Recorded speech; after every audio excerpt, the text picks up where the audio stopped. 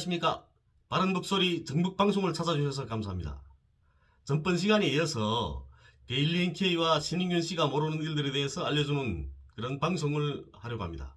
가르쳐야죠, 제가 모르니까. 데일리 NK는 쌍방훈련 기간에 쌍방훈련에 참가한 군인들이 노상강도를 했다고 했었죠. 이 새끼한테 입만 벌리면 거짓말이 자동으로 나와. 쌍방훈련은 적과 아군으로 나뉘어서 습격과 방어에 대한 실전훈련을 진행하는 걸 말합니다. 훈련 기간에 습격을 담당한 부대들은 방어하는 부대의 참모부, 정치부, 보위부, 탄약창고, 정비장 등 대상물 점령, 지휘통신체계 마비 등의 임무를 수행하게 됩니다. 여기에 고위지간 납치 임무도 속해 있습니다. 쌍방훈련 기간에 방어 대상물들이 점령되거나 적에게 납치된 지휘관들은 책벌을 받습니다.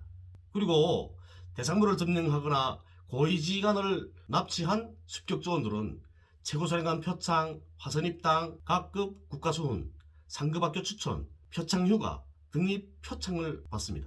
인민군은 군사규정에서 표창휴가만 밝히고 있습니다. 국군처럼 정규휴가 같은 건 없다는 말씀입니다. 그렇다고 해서 집에 전혀 가지 못하는 건 아니고요. 부모님들이 사망하셨거나 형제들이 결혼식을 할 때 이럴 때는 집에 보내줍니다. 그리고 외아들이나 맏아들인 경우에는 청명, 추석 이럴 때 산소에 가라고 지휘관들이 동행하에 데려다줍니다. 10년씩 군사복무를 해야 하는 이런 군인들로서는 표창휴가 표창을 받는 것은 최대의 소원 중 하나입니다. 표창휴가 기간은 15일이거든요.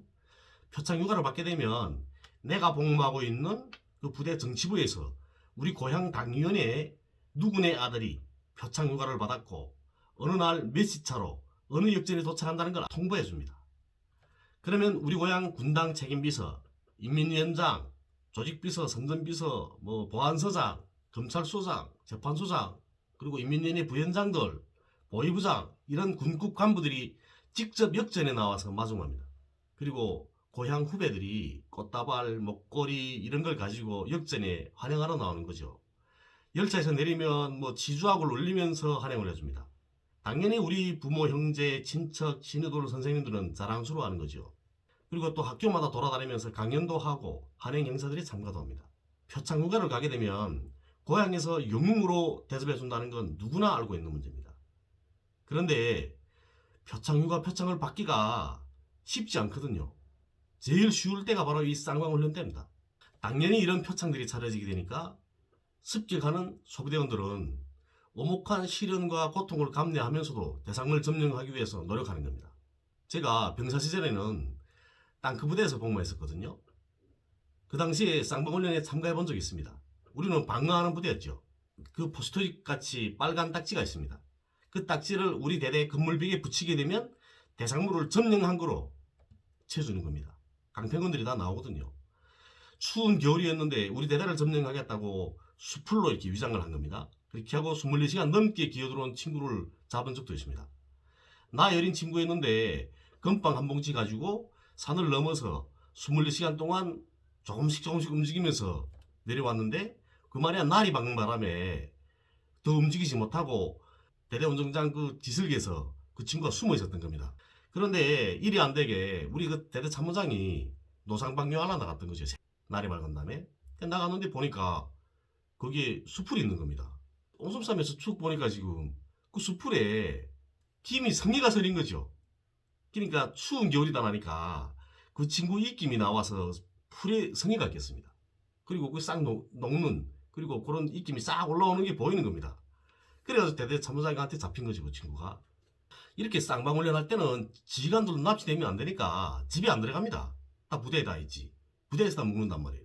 고위지휘관들 같은 경우에는 더한 겁니다.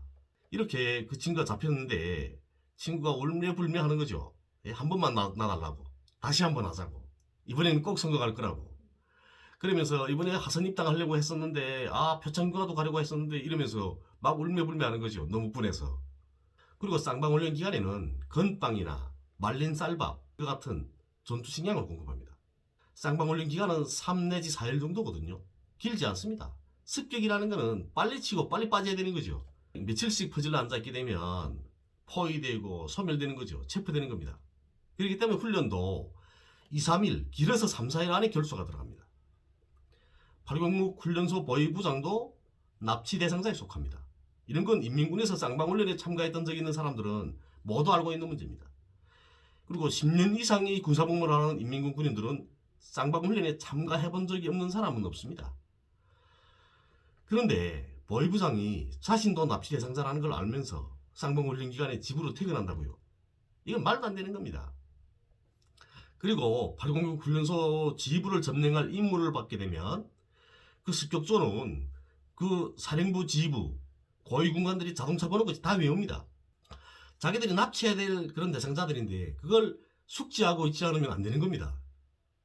그리고 또 중요한 건 뭐냐면 인민군의 전투성취훈련은 최고사령관 명령으로 하달됩니다. 최고사령관 명령은 곧 법이고 그 누구도 어길 수 없습니다. 그런데 쌍방훈련 같은 경우에는 대체로 제일 추운 시기인 12월 말부터 1월 사이에 진행합니다. 그리고 1기 전투성취 훈련은 4월 30일에 끝나거든요. 그런데 말도 안 되게 최고사령관 명령을 어기고 5월 달에 쌍방훈련을 한다는 것, 이건 있을 수 없는 일인 겁니다. 4월 30일에 1기 전투성취 훈련을 끝내는 이유는 모내기철이니까 농촌을 지원해야 되고 부대에서 진행하는 부업, 우리 농사도 하거든요. 네? 우리가 부업해서 식량을 보태는 겁니다. 군대도. 그렇게 부업 농사도 해야 되기 때문에 4월 30일이 끝내는 겁니다. 그런데 농촌을 지원해야 될 시기에 최고사령관의 명령을 어기고 훈련을 한다는 것, 이런 거는 있을 수 없습니다.